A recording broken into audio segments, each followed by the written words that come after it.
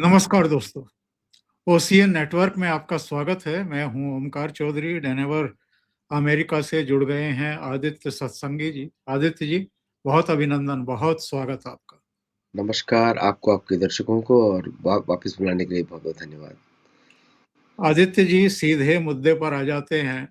दो घटनाओं को लेकर के इस समय तमाम चर्चाएं हैं। पहली, वॉशिंगटन और मॉस्को के बीच फोन पर बातचीत।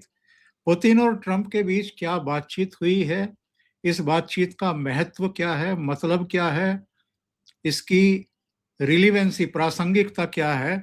और दूसरे, किंग चार्ल्स का दौरा। और केवल दौरा भर नहीं साहब, वहां तो उन्होंने ऐसे ऐसे बयान दिए हैं, अतीत की ऐसी ऐसी घटनाएं ट्रंप को याद दिलाई हैं, और एक घंटी उनको भेंट कर दी कि कभी जरूरत पड़े तो जरा घंटी बजा देना बस। तो ये सब चीजें क्या चल रही हैं, थोड़ा सा हमारे दर्शकों को खोल करके बताइए। बहुत-बहुत धन्यवाद ये टॉपिक चूज़ करने के लिए, क्योंकि ये बहुत ही कनेक्टेड है मेरे से, मेरी बुक से भी कनेक्टेड है, गोल्ड ग्लोरी गॉड से। और ये दिखाता है कि मैंने सही लिखा था। मेरी ज़्यादा पुष्टि होती है इसमें। देखिए, किंग चार्ल्स का दौरा और प्रेज़िडेंट पुतिन से बातचीत, दोनों रिलेटेड इश्यूज़ हैं। इसको अलग करके नहीं देखा जा सकता। आपने पढ़ा होगा न्यूज़ कि रशिया ने 100 से ज़्यादा शिप्स इंग्लिश चैनल से इंग्लैंड के पास से भेजे रिसेंटली, और fully escorted by the Russian navy. और पुतिन का भी एक स्टेटमेंट था कि हंस के उन्होंने बोला था कि what will Britain defend today, what can Britain defend today, they don't even have a navy. और ये स्टेटमेंट भी था। तो आपके मैं पहले क्वेश्चन पे आता हूँ कि ट्रंप और पुतिन की जो बातचीत हुई उसको यूरी ने प्रेस कॉन्फ्रेंस के जो प्रेस उन्होंने रिलीज किया, उस इंफॉर्मेशन को ट्रांसक्रिप्ट रिलीज किया, बड़ा क्लियर था। यूक्रेन के ऊपर बात हुई, दूसरा ईरान के ऊपर बात हुई, और तीसरा था non interference in US interest in the Arctic. ये तीन मेन विषय है। और अगर आप इसके बैकग्राउंड पे जाते हैं तो बैकग्राउंड में आपको दिखेगा चर्च ऑफ इंग्लैंड की वापस politics. King Charles represents church of England, और एक तरीके से Donald Trump is fighting against that system only. देखिए, उन्होंने हॉर्मुज स्ट्रेट बंद करके जिसको सबको आघात पहुंचाया वो है ब्रिटेन। एक्चुअली यूक्रेन वॉर में सबसे बड़ा नुकसान हुआ है ब्रिटेन को।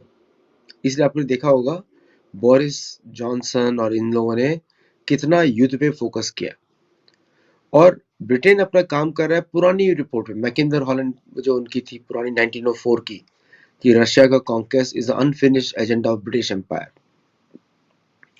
ट्रम्प ने उनके सारे प्लान्स पे पानी फेर दिया, सब। इनफैक्ट जब उन्होंने बोला कि if you are not for USA you will be speaking German, तो उन्होंने प्रिंस किंग चार्ल्स ने बड़ा स्टाइल में बोला if it is not for the British you will be speaking French. सही बात है, दोनों सही बात है। अगर यूएस तो अभी तो वो सारे शॉट्स उन्होंने मारे किंग चार्ल्स ने, क्लासिक ब्रिटिश एक्सेंट में, ह्यूमर के साथ उन्होंने पिलाया। ये जो लड़ाई है अभी, इसको बोलते हैं अदृश्य राज, डीप स्टेट जो भी आप बोले, अदृश्य राज। ये ओपन में आ गई है, कौन है इन सबके पीछे। और आपको इतिहास मालूम ही है कि ब्रिटेन की बदमाशी कितनी चलती है। अब इस विजिट में किंग चार्ल्स ने रिकॉग्नाइज किया अमेरिकन सॉवरेंटी को। आपको याद होगा किंग चार्ल्स ने बड़ा ईस्ट ईस्ट लॉन जो ईस्ट विंग है उस पर तंज कसा। उन्होंने बोला 1814 में हमने भी इसको थोड़ा रीप्लानिंग किया था, आपको इतिहास याद होगा, जलाया था। तो ओनली टाइम व्हाइट हाउस जलाया गया था बाय द ब्रिटिश सोल्जर्स 1814 में। तो जहां पे इसका बॉलरूम बन रहा है, तो उन्होंने बोला 1814 में हमने जलाया था उसको। और आज British British band played in the white house. है ना, पहली बार रेड कोट्स, तो बहुत बड़ा न्यूज हुआ है अमेरिका में, पहली बार रेड कोट्स उतरे हैं ब्रिटिश। एक्चुअल में मुझे लगता है चार्ल्स ने उस बात का जवाब दिया कि दूसरे विश्व युद्ध में अमेरिका ना आता तो ये यूरोपियन जो है वो जर्मनी और जापानी और पता नहीं फ्रेंच क्या क्या बोल रहे होते। तो उन्होंने फिर तंज ही नहीं कसा, मतलब पलटवार कर दिया।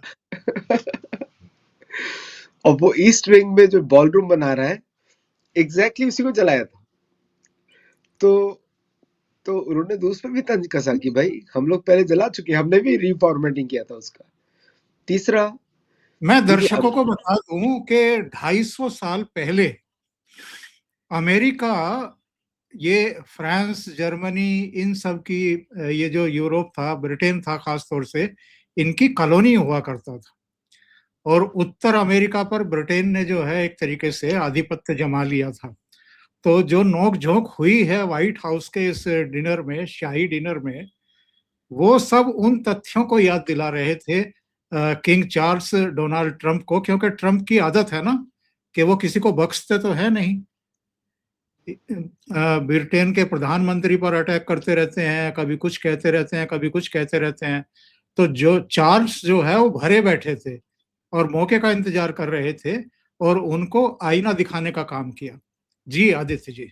यस, और कितना क्लासिकल वे में किया, मतलब वो दिखता है कि ह्यूमर के साथ किया, लेकिन बोलती बंद कर दी पूरे ट्रम्प एडमिनिस्ट्रेशन की, बोलती बंद कर दी। वो दिख रहा था क्लास था, क्लास एक्ट था, मतलब हम लोग को तो इतिहास मालूम ही है।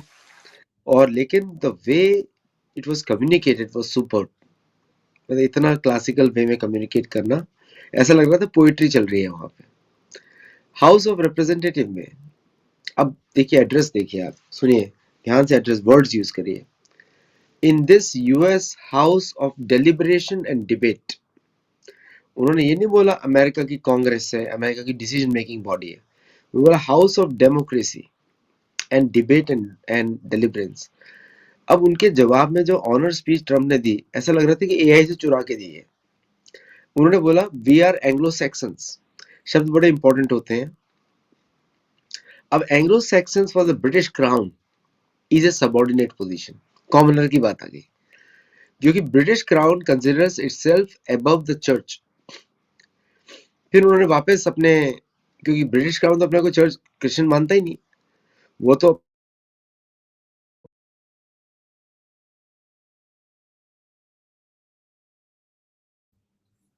जी जी, आवाज चेक कर लीजिएगा, आवाज आपकी गई है।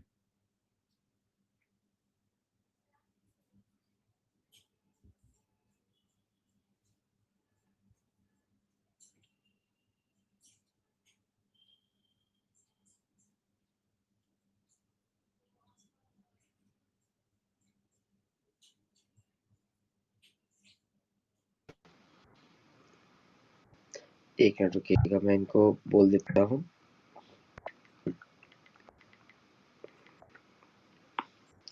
वो तो अपने आप को अबव द क्राउन मानता है, वो दे। तो जब जैसे ही ट्रम्प ने बोला एंग्लो सैक्सन, उन्होंने पकड़ लिया उस बात को, उन्होंने तुरंत बोला we are bound by common Christian virtues. आपको पूरा मालूम है कि क्रिश्चियन वर्सेस कैथोलिसिज्म दोनों अलग अलग रिलीजन्स हैं, और उन्होंने वापस बोला we are commonly bound by the Christian values. और इतने मूर्ख हैं, इन्होंने ताली बजा दी सबने। इस बात को मना करना चाहिए था उनको, ताली बजा दी, means you are still under the crown. बोला उन्होंने you are still under the crown and I have come to visit my commonwealth. उन्होंने नाम लिए चार्ल्सटन, वर्जीनिया। अब वर्जीनिया भी कॉमनवेल्थ है, मेरीलैंड भी कॉमनवेल्थ है, मेरीलैंड का नाम लिया उन्होंने। फिर जॉर्जिया का नाम लिया, the tale of two Georges, अगर किसी को इतिहास याद हो, जॉर्ज 5 जो इंडिया में आए थे, जन्म मरण ग्रंथ तो कृष्ण की स्तुति है रविन्द्रनाथ टैगोर की, लेकिन लोगों ने डेडिकेट किया इनको। और गेटवे ऑफ इंडिया भी उन्हीं के लिए बनाया गया था कि यहाँ से आएंगे वो तो गेटवे ऑफ इंडिया बना दिया जाए उनको। The tale of two Georges means one George Washington, वो भी ब्रिटिश हेरिटेज में आता है, किंगली हेरिटेज में आता है, रॉयल्टी हेरिटेज में आता है। And the second George is a George 5, उन्होंने बोला। क्योंकि ट्रम्प की टीम ने, मागा के लोग तो आपको मालूम है कैसे होते हैं, दिमाग लगाते नहीं है, उन्होंने पहले हायरार्की निकाल ली कि ट्रम्प भी रॉयल लिनेज में आते हैं। तो एक जोक बना दिया कि मैं भी किंग आप भी किंग, तो हंस दिए वो। तो उन्होंने बोला the tale of two Georges. ये बहुत बड़ा तंज होता है, कोई समझे इंग्लिश में तो। फिर उसके बाद तीसरा उन्होंने यूक्रेन की बात करी। अब यहाँ से हमारी कहानी भी शुरू होती है, क्यों इसीलिए बात हुई है वहां पे, जी क्योंकि जी यूक्रेन जो है ब्रिटेन के लिए बहुत इंपॉर्टेंट है, क्योंकि Britain always wants A buffer between Britain and Europe. ना ब्रिटेन का साथ फ्रांस देने वाला है, ना वेटिकन देने वाला है, ना इटली देने वाला है, कोई भी नहीं देने वाला, नॉट इवन जर्मनी। कुछ parts of Denmark can give a help, कुछ parts of Norway can give a help, जहाँ पे प्रोटेस्टेंट्स हैं। आपको मालूम है ट्रीटी ऑफ वेस्टफालिया। और वेटिकन की लड़ाई हमेशा रशियन ऑर्थोडॉक्सी से हुई है on the religious grounds.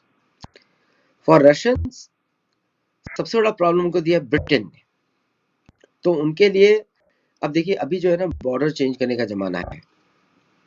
Russia wants to become the USSR, उन्होंने छुपाया नहीं है। एस्टोनिया, लैटविया, लिथुआनिया और जितने भी बॉर्डर स्टेट्स हैं जिनको अमेरिकन इंटेलिजेंस और ब्रिटिश इंटेलिजेंस ने तोड़ा था, they want to acquire all of them. और यूक्रेन उन्होंने अपना काम खत्म कर दिया बाय द वे। अब Ukraine is a cake walk इस समय। तो and they are making advancements, लोग छुपा रहे हैं but they are making constant advancements. और मुझे लगता है कि कुछ महीनों में कीव पे होगा, और यही एग्रीमेंट करना चाहता है ट्रम्प, क्योंकि ट्रम्प को सबसे बड़ा प्रॉब्लम 2016 में मिला था ब्रिटिश इंटेलिजेंस से। उसका जो 2020 का जो कैंपेन था वो ब्रिटिश इंटेलिजेंस ने तोड़ा था। क्योंकि और किंग ने वापस बोला, अब यहाँ पे मैं थोड़ा दर्शकों को रोचक बना दूं, किंग ने बोला I am the king of Canada also. तो I am the king of Canada and I am the monarch of the church and you except you are Anglo Saxon, और आप क्रिश्चियन फेथ से bound हो, तो आप मेरे under हुए, आपको आजादी नहीं मिली है। तो तुरंत इन्होंने ट्रिप अरेंज किया आर्लिंगटन सिमेट्री का, वर्जीनिया का फॉरेन सोल्जर्स का, सारे वाशिंगटन डीसी के मेमोरियल्स है। क्योंकि as per the admiralty law, जिसके बिहाफ पे सॉवरेंटी दी जाती है टू द कॉलोनीज, आपको याद होगा Britain is the only country which waged a war against the colonies. Britain के अगेंस्ट वेज किया उसने, कनाडा के विरुद्ध वेज किया उसने, ऑस्ट्रेलिया के विरुद्ध किया, न्यूजीलैंड के थ्रू किया। ये चार उसकी मेन कॉलोनीज हैं। और तो एडमिरल्टी लॉ में उसने जब विजिट किया, एक तरीके से आज अमेरिका को सॉवरेंटी दी है ब्रिटेन ने जाके। आप समझिए 1985 में मिली थी कनाडा को, आज मिली है अमेरिका को। इसका इम्पैक्ट क्या आता है? इसका इम्पैक्ट आप देखिए, तुरंत अमेरिका की नई गवर्नमेंट, एक तरीके से मानिए इसको बोलते हैं अदृश्य राज को तोड़ना बुरी तरीके से। For the first time US is not going to fund UK. In fact अब उन्होंने प्लान खोल दिया है, they going to occupy UK. Okay, ये एक तरीके से आता है रिवर्स। तो यहाँ पे ट्रम्प और पुतिन की जब बात होती है, तुरंत किंग चार्ल्स का विजिट खत्म होने के बाद there is a tacit agreement now कि तुम अपना काम खत्म करो, हम अपना काम यहाँ से करते हैं, we form a new world order. ये बात हो रही है। तो ब्रिटेन अभी कोई उन्होंने धक्का दिया है, बट आपको मालूम है ब्रिटेन खुराफाती है, कुछ ना कुछ करेगा।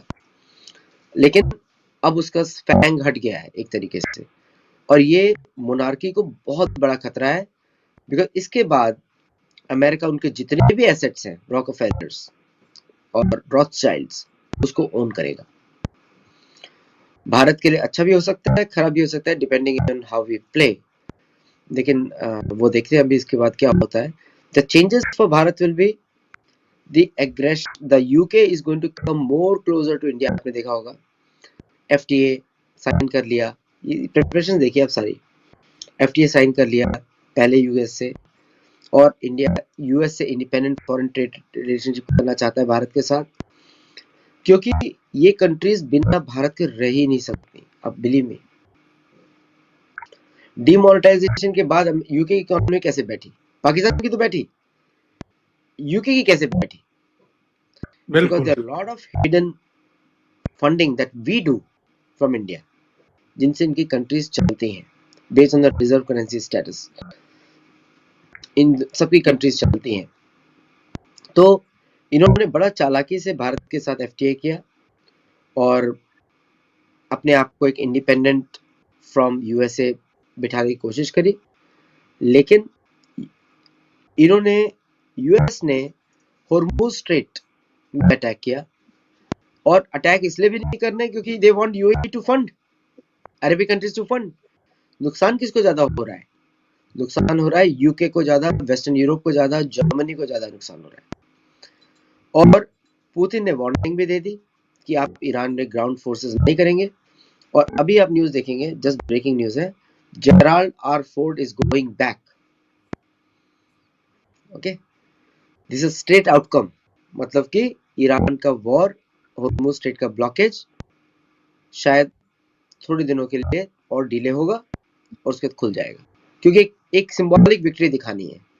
ये लोग कुछ मिसाइल्स डालेंगे और हाइपरसोनिक मिसाइल्स यूज करेंगे एंड देन सिंबॉलिक विक्ट्री करके विड्रॉ, ये प्लान है पूरा। तो अगर दर्शक समझ पाए तो बड़ा चेंज ऑफ वर्ल्ड ऑर्डर हो रहा है, मतलब ओल्ड गार्ड, और हो सकता है कि American involvement in all Asian Pacific politics कम हो जाए इसके बाद, पैसे नहीं है अभी।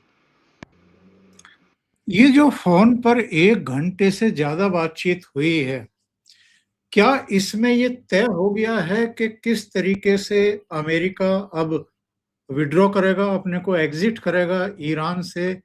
और ये जो 7-8 देशों में सैन्य अड्डे बनाए हुए हैं, रूस तो कभी भी इसको पसंद नहीं करेगा, बहुत सारे यूरोपियन कंट्रीज भी पसंद नहीं कर रहे हैं।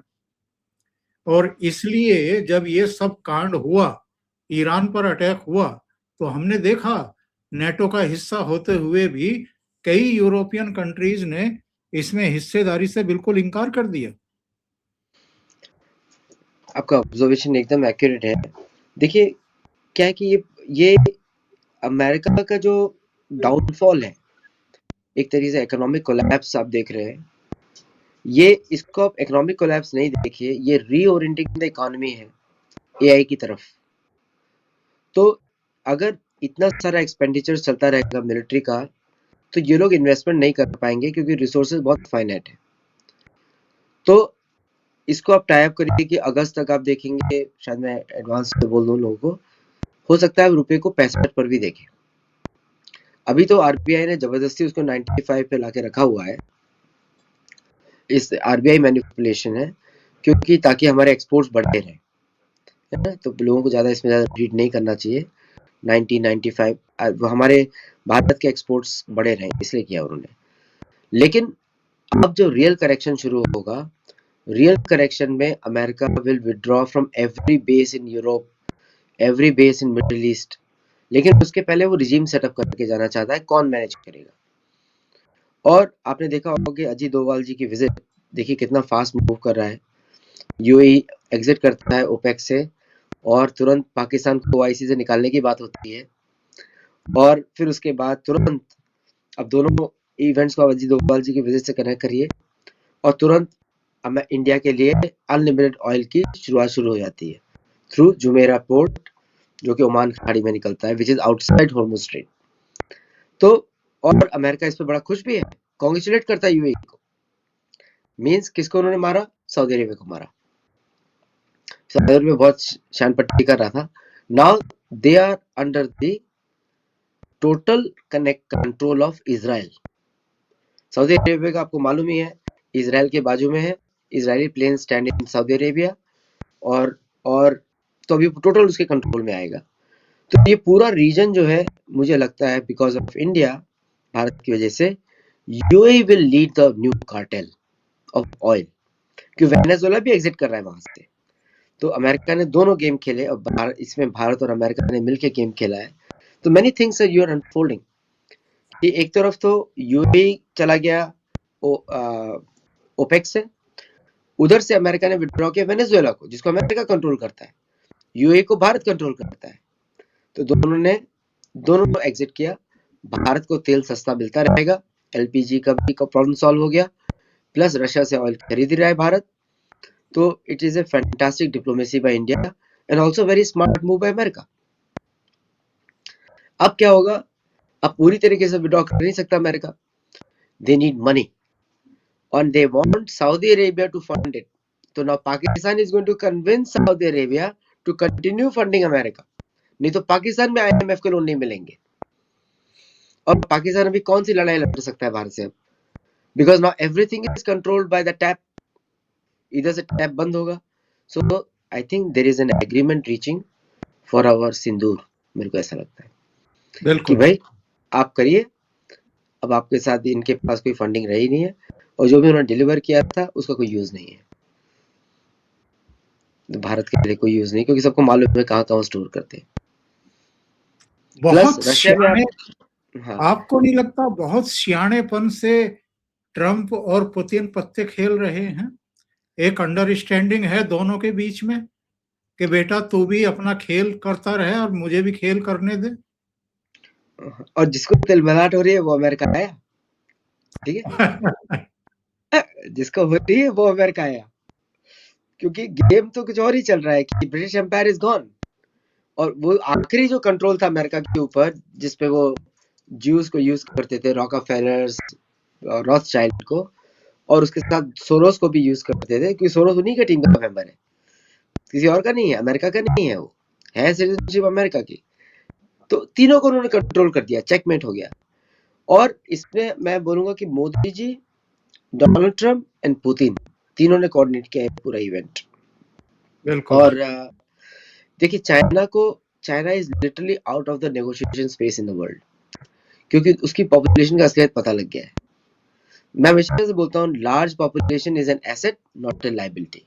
तो भारत की large population is an asset now, no more liability, क्योंकि अब ग्रोथ इंजन तो एक ही तरफ से आ रहा है, भारत की तरफ से। तो अगर अमेरिका को सस्टेन करना है तो उसको फ्रेंडशिप मेंटेन करनी पड़ेगी। तो सस्ता ऑयल टू इंडिया, और इंडिया का सिक्योरिटी नीड्स वेरी इंपॉर्टेंट है। प्लस आपने देखा होगा R-37 अप्रूव कर दिया रशिया ने, गुड न्यूज। तो अभी 400 किलोमीटर तक हम मारेंगे तो नो प्रॉब्लम। और भारत का रुद्रम 4 भी हो गया, AON हो गया उसका। रुद्रम 4 1 2 3 4 के बारे में लोग पढ़ लें कि कैसी मिसाइल है, गूगल पे अवेलेबल है। तो ओवरऑल आप देख रहे हैं रियल टाइम में मैं तो आप लोग हम सब लोग बंगाल इलेक्शन में फंसे हुए थे और पीछे क्या क्या नहीं चल रहा था यहाँ पे। तो really hats off to the BJP government for managing all sides very effectively. मतलब मोदी जी भाषण दे रहे हैं और यहाँ पे ये सब चल रहा है। हाँ हाँ, अभी न्यूजीलैंड के साथ में FTA साइन हो गया और मोदी जी और अमित शाह थे भी नहीं। वो भारत मंडपम में पीयूष गोयल ने और वहाँ के जो वाणिज्य मंत्री आए थे उन्होंने सिग्नेचर किया, फोटो सोटो खींचे और हो गया काम। तो मैं ये पूछ रहा हूँ आखिर में ये बताइए कि ये ईरान वाला मसला क्या अब समाप्ति की ओर है? क्या समझौता संभव है? और समझौता होगा तो जाहिर है कुछ अमेरिका को भी झुकना पड़ेगा, कुछ ईरान को भी झुकना पड़ेगा, और इसमें पुतिन की भूमिका भी रहने वाली है।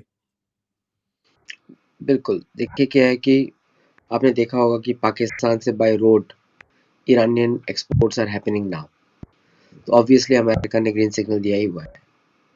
So that's a ram down. पहला तो विदाउट अमेरिका's permission Pakistan won't do that. तो बॉर्डर्स खुल गए हैं, तो they are not coming through Hormuz, they are coming through here. तो वो तो ऑफ रैम्प शुरू हो चुका है, जैसे कि हम लोग पहले से मेंटेन करने की एपेटाइट नहीं है लड़ने की, क्योंकि और नुकसान होगा तो अमेरिका को डॉलर कौन देगा। So they are waiting for Arabian countries to fund US system, और Arabian countries have to fund the US system. उनके बच्चे पढ़ने हैं वहाँ पे, तो कतर, बहरीन और Saudi Arabia, Kuwait, these 4 countries are going to fund. UAE अलग हो गया, भारत ने बचा लिया। That is a big thing about अब तो लोग भारत से दोस्ती करना चाहेंगे। अभी लोगों को समझ आना चाहिए, भारत ने मालदीव को बचाया, UAE को बचाया, श्रीलंका को बचाया, बांग्लादेश में भी तेल भेज रहा है डिस्पाइट एवरीथिंग। तो भारतीय दोस्ती इज ए गुड एसेट। और तो अब ये देखेंगे कि बाकी countries will be totally under American चंगुल until this war totally ends, और तब Iranian ports are going to come under the control of Russia। मुझे ऐसा लगता है, because that's the only logical alternative। और POK का solution होना चाहिए so that Bharat can deal directly with Russia। अभी रशिया ऑलरेडी पहुंच चुका है। so आप देखिए 1902 के जो मैप्स हैं वापस आ गए हैं। 1902 में Russia was touching Jammu and Kashmir, Gilgit Baltistan, वापस आ गए वो। तो दैट मीन्स अब मोदी जी फटाफट करें, हम सबको खुशखबरी दें कि POK अभी वंदे भारत ट्रेन चलने वाली है। खाली POK की बात नहीं है साहब, 1947 तक तो ईरान की सीमाएं भी भारत से लगी हुई थी। बिल्कुल। तो वो सीमाएं फिर से वापस आ जाएं उसी पोजीशन में, तो ये भी कोशिश होगी भारत की, देर से देर। अफगानिस्तान की सीमाएं, जी हाँ, ईरान तो उसके बाद है ना। तो डेफिनेटली ये तो गोल्डन अपॉर्चुनिटी है। तो थिंग्स आर मूविंग फास्ट। अभी हम लोगों को, मेरा तो जस्ट जैसे this a time for India to also change borders in a big way. Burma का सॉल्यूशन करें, बर्मा का डिवीजन जो भी करना चाहें तो करें। और जो कंट्री एग्री करता है, because India is a land of prosperity, तो जो जहाँ पे हमको सिक्योरिटी करना है वहाँ पे करना पड़ेगा। इसमें एक चीज मैं बोलना भूल गया आपको, Vladivostok India corridor, Chennai corridor. अभी राहुल गांधी का भी वहाँ अपोजिशन चल रहा है, लेकिन राहुल गांधी को पता होना चाहिए कि जॉर्ज सोरोस के नंबर लिखे जा चुके हैं। आज चार्ल्स विजिट में हो गया, जॉर्ज सोरोस का पत्ता बंद, तो मास्टर स्ट्रोक है उधर। तो अब निकोबार पे कुछ चलने वाला नहीं है। अगर उन्होंने न्यूज पढ़ी नहीं हो तो जरूर सुने हम लोग का पॉडकास्ट, क्योंकि that is done case now. अगर किंग चार्ल्स एग्री कर गए इज डन। अब ये नहीं आगे बढ़ पाएगा, इसका पैसे फ्रीज कर देंगे वो लोग, क्योंकि सारा इसका पैसा लंदन के थ्रू मूव करता है, not through US। So now that will be frozen. So I think जो कॉरिडोर था इनका पैसा मूव करने का, न्यूयॉर्क, लंदन, दुबई, तो UAE की तरफ से टैप बंद होगा, लंदन से टैप बंद होगा, और US तो ऑलरेडी अगेंस्ट में काम कर रहा है UK के। So this will be done. So Russia will demand that thing to be open. So Tri-Services Command in Andaman plus a shipping container base over there, उसको कोई नहीं रोक सकता, because geopolitics demands that. तो इनका जो भी प्रोटेस्ट चल रहा है that was a useless attempt actually। पर ऐसा लगता है कि इन्होंने इतिहास कभी पढ़ा नहीं, ना इन्होंने मूव्स देखे कहीं पे। सही है। तो 1 घंटे की बात पुतिन एंड ट्रम्प, देखिए कितना चेंज हो गया। और उसके पहले 45 मिनट के बाद मोदी की भी हो चुकी है। अब क्या बात हुई थी हमको किसी को पता नहीं है। बिल्कुल। उसके बाद अजीत डोभाल की मीटिंग हुई, फिर उसके बाद मोदी जी का भी कोई कन्वर्सेशन हुआ है, अभी वो ऑफिशियल रिकॉर्ड में मुझे पता नहीं है क्या हुआ है। So very good changes right now. Aditya ji बहुत बहुत धन्यवाद इतना समय निकालने के लिए। और अमेरिका में तो इस समय देर रात हो रही है, तो देर रात तक जाग करके OCN नेटवर्क के श्रोताओं को, दर्शकों को स्ट्रेंथन करने के लिए सूचनाओं के मामले में, और सबसे बड़ी बात ये है कि किंग चार्ल्स ने जो कुछ आज किया है उस पर रोशनी डालने के लिए। Thank you so much. Thank you, नमस्कार।